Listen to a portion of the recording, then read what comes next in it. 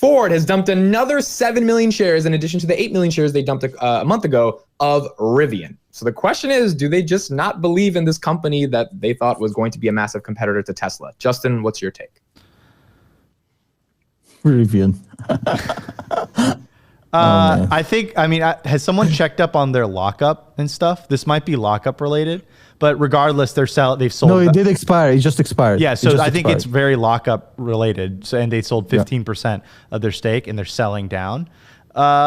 Yeah, I mean, I think their CFO probably is looking at the valuation on 0 and being like, yeah, like we need the money to go invest in our Ford F-150 Lightnings. So I imagine them reinvesting in F-150 Lightnings is probably a better capital allocation, if you will, than letting Rivian stock do whatever it's doing. Tom, the floor is yours. So first of all, Rivian is like a myth. You know, Amit has like he's in certain phone books of these ladies. They call him up when they need like when they need a layup. Oh my goodness! It's a compliment. Yeah, I guess. So on the serious note, look, Rivian, it's a very, very nice truck. There's no doubt about it. Every expert that took it on this deep analysis on YouTube and media, the truck is insane. The problem, the stock is just hideous. People bought it at 150, 160 bucks. And you would think that this would be cheap right now, and since it's trading at 25 billion, and they have 17 billion cash, so it's pretty much trading at cash value almost.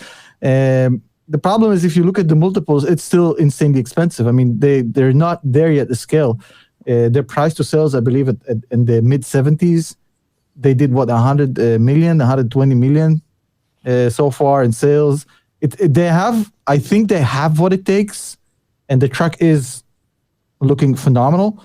It was just this insane hype that blew this whole thing out of proportion, and I think it really did a lot of damage for the company and their ability to just grow slowly. They're like, you know, guys, what they are? What was the name of the Canadian basketball player that went #1 and was a huge buzz? Anthony Bennett. Yes. Like, we could never know if Anthony Bennett was such a great player or not, because you come in and you need a few years to develop, and then everybody's like, oh, you're the next Michael Jordan, and he misses a few laps, and then everybody, oh, you trash, and then mentally you finish him. So with Rivian, that's the thing. It's the same thing that happened. It's a nice startup.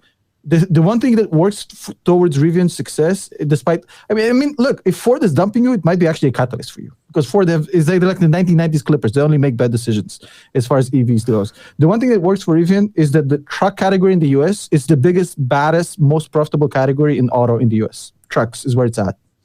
And there's nobody there right now in EVs. Nobody. Not Tesla, not Ford. Nobody really has a truck that's like an F-150 type of sales behemoth. If they can get out there first and they can make one for a reasonable price at scale, they can actually be very successful. But they still have a lot of coming down to do with price.